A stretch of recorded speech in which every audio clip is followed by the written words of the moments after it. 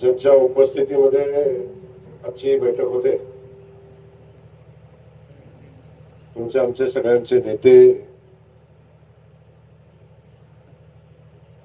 राज्याचे महसूल मंत्री सन्माननीय बावनकुळे साहेब, या ठिकाणी उपस्थित असलेले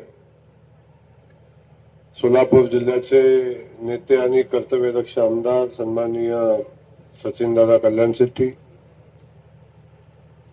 शहर मध्येचे युवा आमदार माझे मित्र सन्माननीय देवेंद्रजी कोटे, या तालुक्याचे नेते, मतदारसंघाचे नेते, जिल्ह्याचे आमचे मार्गदर्शक सन्माननीय राजन मालक, आज या ठिकाणी उपस्थित असलेले सन्माननीय विधान परिषदेचे आमदार विक्रांतजी पाटील, सन्माननीय मनीष भैया, जकराय कारखान्याचे आमचे जाधव साहेब, सगळे मंडल अध्यक्ष, गटनेते नरेंद्र काळेजी, या ठिकाणी उपस्थित असलेले सगळे मंडळ अध्यक्ष, जिल्ह्याचे अध्यक्ष सन्माननीय शशीनाना, त्यांचे सगळे कार्यकर्ते, सगळ्यांचे या ठिकाणी मनापासून स्वागत. आमच्या पंचायत समितीच्या ताई या ठिकाणी बसल्यात, त्यांचंही स्वागत. आपण सगळेजण या ठिकाणी एका छोट्याशा बैठकीच्या निमित्तानं उपस्थित आहात. खूप उशीर झालेला आहे. आपल्या सगळ्यांना बावनकुळे साहेबांना ऐकायचंय, त्यामुळे मी अधिकच बोलणार तर आपलं या ठिकाणी मनापासून स्वागत करतो.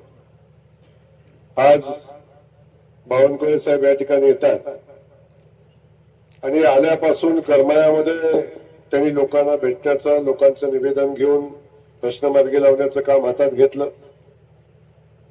तिथून सोलापूरमध्ये आले. सोलापूरमध्ये आल्यानंतर त्यांनी सोलापूरच्या अनेक प्रश्न मार्गी लावण्याच्या सूचना अधिकाऱ्यांना दिल्या आणि आज आपल्या सगळ्यांना भेटायला आले. मी साधारण 2009 पासून विधानसभेमध्ये काम करतोय साहेब, पण 2009 पासून असा महसूल मंत्री आजपर्यंत मी बघितलेला नाही. साहेब कौतुक म्हणून नाहीये, तुमच्या पुढे बोलतो म्हणून नाहीये, तुमच्या मागे सचिनदादा आपली सातत्याने अनेकदा चर्चा होते. पिढ्यानपिढ्याचे लोकांचे प्रश्न, जमिनीचे प्रश्न, पिढ्यानपिढ्या लोकांचे हॅरॅसमेंट करणारे प्रश्न, ज्या प्रश्नाला कधी न्याय मिळेल अशा पद्धतीची भूमिका लोकांना कधी वाटली नव्हती.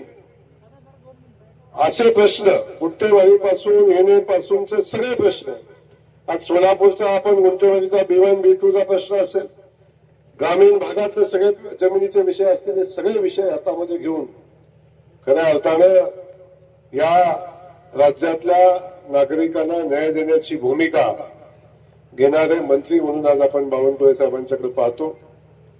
आपल्या सगळ्यांना माहिती आहे, प्रदेशाध्यक्ष म्हणून त्यांनी अख्खा महाराष्ट्र पिंजून काढला आणि त्याचा फायदा त्यांना हा झाला की अख्ख्या महाराष्ट्रातला प्रत्येक प्रश्न आदरणीय बावनकुळे साहेबांना माहिती आहे.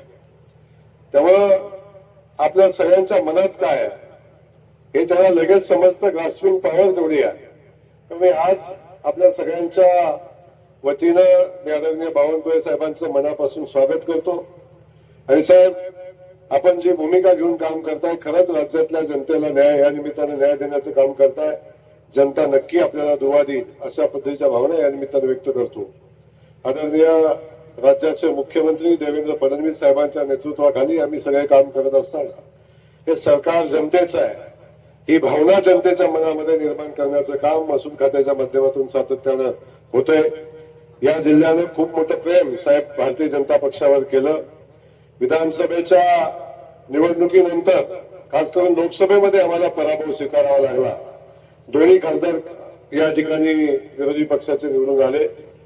त्यानंतर आपण बघितलं विधानसभेला शहरमध्ये खूप चांगला निकाल आला, पण ग्रामीणमध्ये थोडंसं आमचं नुकसान झालं. अशा परिस्थितीमध्ये राज्यामध्ये सरकार आपलं आलं आणि आता मला सांगायला अभिमान वाटतो की सोलापूर जिल्ह्याच्या इतिहासामध्ये, सोलापूर शहरामध्ये साहेब मुख्यमंत्री असताना सुद्धा कधीही 52 पेक्षा अधिक जागा एका पक्षाच्या आल्या नाहीत. आज 87 जागा भारतीय जनता पक्षाच्या निवडून आल्या.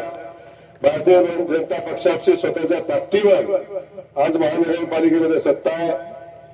आजपर्यंतच्या इतिहासामध्ये एवढं मोठं बहुमत किंबहुना राज्याच्या निवडणुका झाल्या त्यातला सगळ्यात चांगला स्ट्राईक रेट आमच्या सोलापूरने दिला.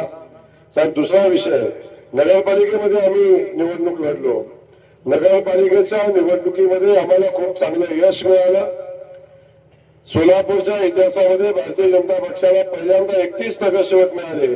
आता आम्हाला सांगायला अभिमान वाटतो 144 नगरसेवक भारतीय जनता पक्षाचे आहेत. 7 नगरपालिकेमध्ये भारतीय जनता पक्षाची सत्ता, 4 नगराध्यक्ष आपले आहेत. आणि सगळ्यात महत्वाचा, आजपर्यंत सोलापूरच्या इतिहासामध्ये 35 वर्षामध्ये साहेब कधीही आपलं साहेब कुलकर्णी कधीही साहेब एका पक्षाची सत्ता जिल्हा परिषदेमध्ये आली नव्हती.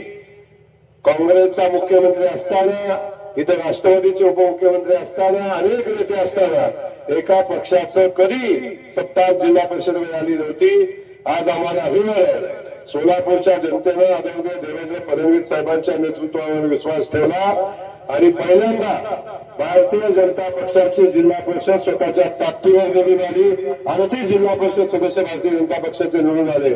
त्याचा आम्हाला सगळ्यांना अभिमान आहे की आमचे कार्यकर्ते प्रचंड ताकदीनं भारतीय जनता पक्षाच्या पाठीशी उभे आहेत. आज जिल्हा भारतीय जनता पक्षाकडे मोठ्या अपेक्षेने बघतोय.